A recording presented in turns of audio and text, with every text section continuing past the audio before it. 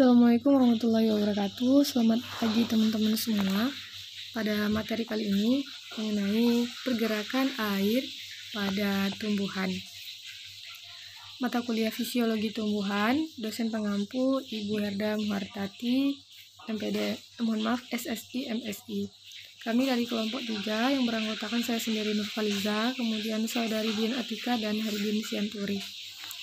Nah, diharapkan teman-teman dapat menyimak materi pada pagi hari ini ya. Nah, untuk menguji semangat teman-teman ya, teman-teman tahu nggak kalau ada komponen dasar yang harus dimiliki setiap makhluk hidup? Salah satunya apa? Ya, makanan. Kemudian? Iya, betul teman-teman, air. Nah, jadi air itu adalah kebutuhan paling pokok yang menyusun tubuh tumbuhan, termasuk kita juga gitu selain tumbuhan. Nah, yang pertama topik mengenai mekanisme air pada tumbuhan. Nah, teman-teman tahu bahwa tumbuhan itu melakukan penyerapan air ya untuk berlangsungnya kehidupannya. Nah, jadi saat ini kita fokus kepada proses penyerapan air oleh tumbuhan. Nah, di mana pemasukan air ya dari tanah ke dalam sel-sel akar ada 3 cara teman-teman. Itu kita bahas di pertemuan sebelumnya, yaitu proses difusi, kemudian osmosis dan juga imbibisi. Nah, ini adalah proses jalannya air ke dalam sel akar tumbuhan. Nah, selanjutnya kita tahu bahwa konsentrasi tanah itu lebih rendah dibandingkan konsentrasi yang ada pada tumbuhan atau di bagian akar. Jadi air itu berdifusi dari larutan yang lebih encer, yang rendah tadi teman-teman, dari tanah, kemudian masuk ke dalam larutan yang lebih pekat atau di dalam akar itu.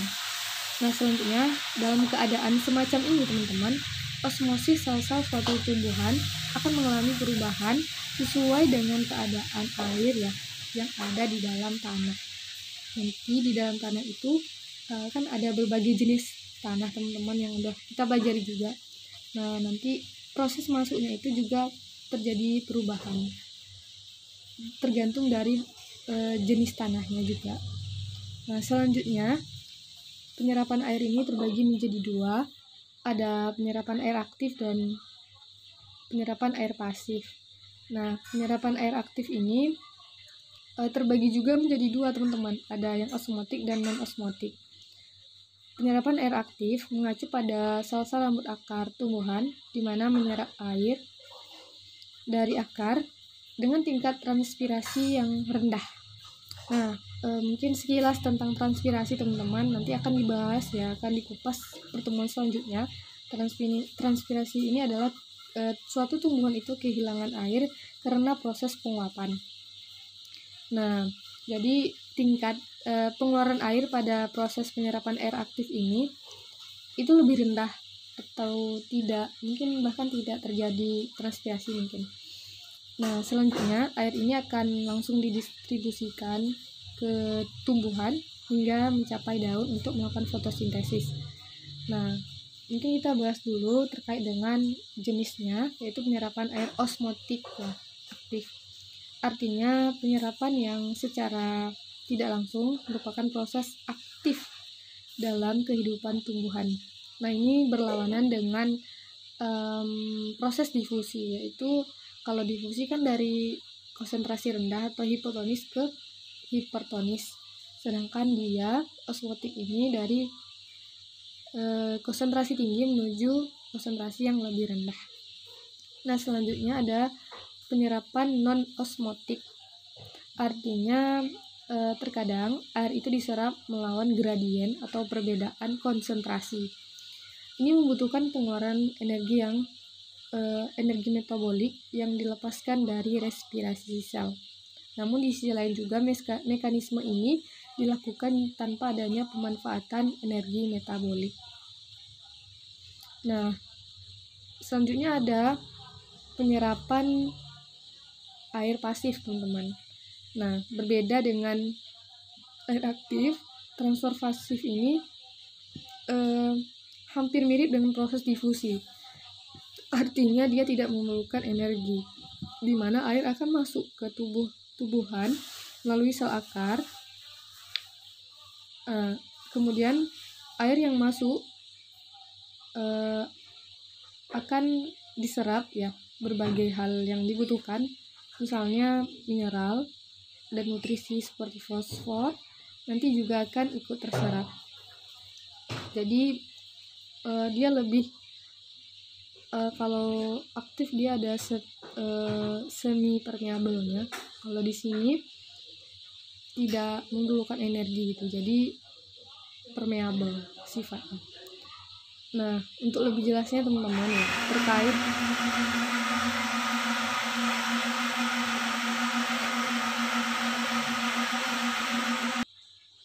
sebenarnya di sini kami sedikit khilaf ya teman-teman. Jadi di sini adalah perbedaan dari jenis penyerapan air aktif yang tadi ya. Ada yang osmotik dan juga non osmotik.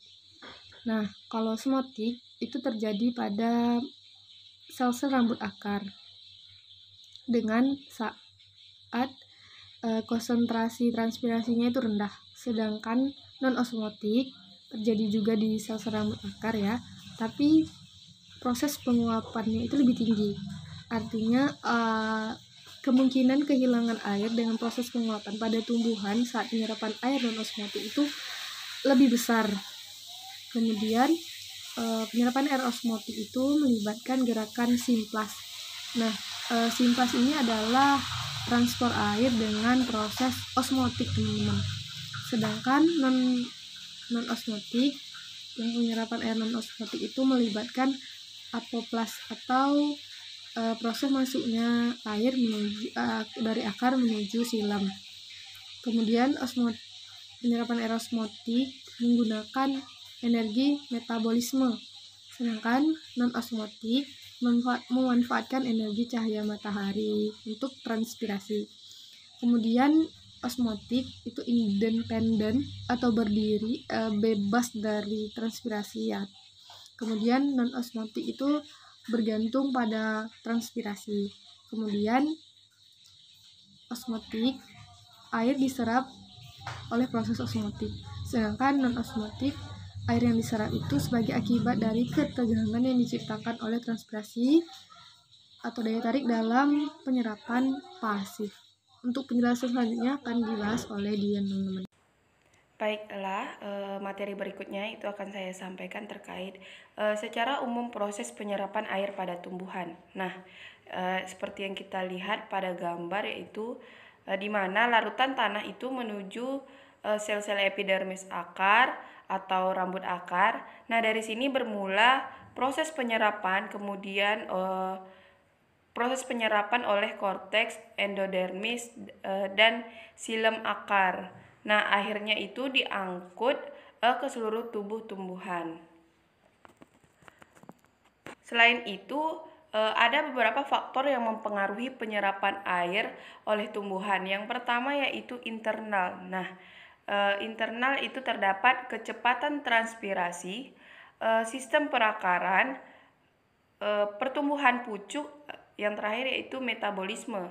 Nah, selanjutnya yaitu faktor yang mempengaruhi penyerapan air oleh tumbuhan secara eksternal. Nah, yang dimana yaitu terdapat faktor lingkungan. Nah, faktor lingkungannya itu ketersediaan air, aerasi, konsentrasi larutan tang, dan suhu. Yang selanjutnya itu faktor tanaman, di mana faktor tanaman terdapat laju transpirasi tanaman, sistem perakaran, dan metabolisme.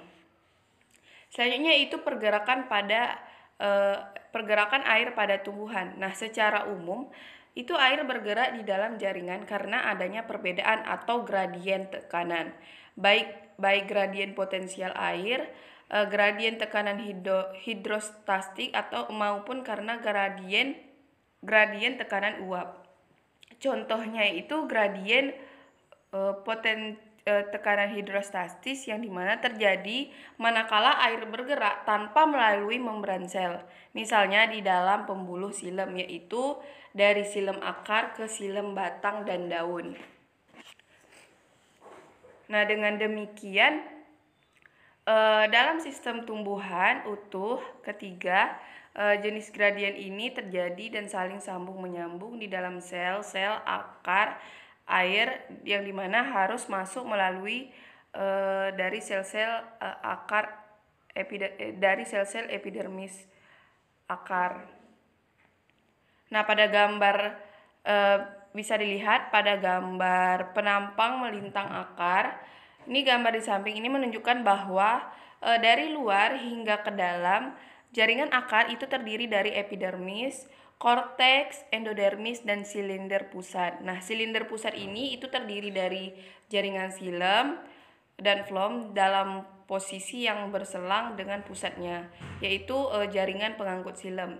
Nah, dengan demikian air yang dimasukkan ke dalam akar itu akar tumbuhan itu harus melewati epidermis. Nah, epidermis, korteks, dan endodermis akar sehingga pada pencapaian xilem sehingga itu dapat pencapaian xilem. Penampang melintang akar, pergerakan air dari tanah ke dalam akar itu bisa terjadi melalui dua mekanisme, yaitu air masuk melalui ruang-ruang antar sel atau dikenal dengan jalur oplas. Nah, air itu masuk ke dalam sel epidermis akar, kemudian bergerak dari sel ke sel di dalam jaringan korteks melalui benang-benang plasmodesmata. Nah, mekanisme ini dikenal dengan jalur simplas. Pada beberapa dekade ini telah diketahui bahwa ada protein saluran, yaitu channel protein yang berfungsi khusus untuk melakukan air ke dalam sel akar. Protein saluran ini dikenal dengan istilah aquaporin. Nah, sesuai dengan namanya, protein ini itu ada pada membran akar dengan membentuk semacam pori atau saluran yang khusus untuk lewatnya air. Dengan adanya aquaporin ini memungkinkan air bergerak lebih cepat jika dibandingkan dengan hanya melalui proses osmosis biasa, yaitu melewati dua lapisan lipid membran. Nah, yang selanjutnya yaitu teori dalam pergerakan air tumbuhan. Yang pertama yaitu teori kapilaritas, yang dimana merupakan salah satu fenomena yang terjadi di mana air dapat merambat ke atas manakala berada di dalam suatu kolam kapiler dengan diameter kecil, yaitu kurang dari 1 mm. Dengan memandang bahwa xilem tumbuhan merupakan kolom-kolom kapiler yang sangat kecil, maka memungkinkan terjadinya rambatan tersebut sehingga air dapat naik ke puncak pohon. Yang kedua yaitu teori tekanan air, yang dimana teori ini didasarkan bahwa di dalam sel-sel akar terdapat zat-zat terlarut yang mengakibatkan penurunan potensial akar. Nah, akibat rendahnya potensial air dari akar, maka air tanah akan diserap masuk ke dalam akar dan menimbulkan tekanan hidrostatis pada akar sehingga dapat menekankan pergerakan air ke batang sampai ke daun. Oke, selanjutnya dilanjutkan oleh saya masih mengenai teori tekanan air, tekanan akar. Nah, yang telah disampaikan tadi bahwa teori tekanan air ini, akar ini juga didukung oleh adanya percobaan oleh beberapa peneliti di lapangan yang membuktikan adanya tekanan air ini.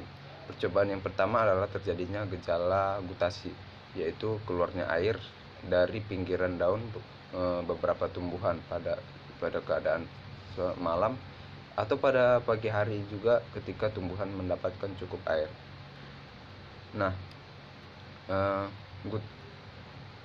Fenomena ini memberikan bukti adanya tekanan yang berasal dari akar tumbuhan, sehingga air dapat naik dari akar ke daun dan batang tumbuhan. Walaupun demikian, fenomena ini tidak dapat memberikan penjelasan yang cukup akan peran tekanan akar dalam penarikan air pada pohon yang tinggi. Selain itu, dalam tekanan air tanah yang rendah, seperti tanah yang kering atau tanah yang sedikit salin atau yang bergaram, maka tekanan akar saja akan sulit untuk dapat menaikkan air ke daun. Dengan demikian dapat dikatakan bahwa tekanan akar bukan merupakan faktor dominan yang menggerakkan air dari akar hingga ke daun tumbuhan. Oke, selanjutnya di sini teori Adeis kohesi atau juga yang dikenal dengan tarikan transpirasi. Nah, teori ini didasarkan adanya sifat fisika dan kimia air yang mampu memberikan sesamanya atau kohesi, sehingga ketika digerakkan atau ditarik dengan kekuatan yang tinggi sekalipun, maka kolom air tetap tidak terputus. Nah, ketika terjadi transpirasi ini, maka hilangnya penguapan air pada permukaan dalam stomata yang menyebabkan air ditarik di dalam sel atau di dalam sel-sel mesofil pada dalam pembuluh daun. Nah, selanjutnya teori ini didasarkan bahwa akibat terjadinya transpirasi akan timbul tegangan air atau tekanan yang bersifat negatif di daun. Selanjutnya, dalam daya kohesi air, maka tegangan dari daun akan dilarikan melalui sistem hidrodinamik ke batang hingga ke permukaan akar. Selanjutnya, akibat adanya transpirasi ini juga, maka molekul-molekul air dalam bagian sel-sel mesofil yang terbatas dengan rongga dalam stomata akan ditarik ke rongga dalam stomata sehingga menimbulkan ketegangan.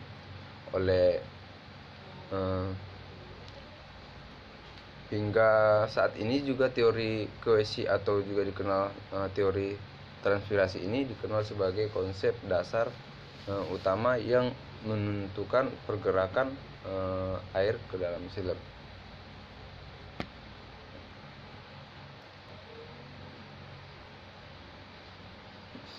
Oke, selanjutnya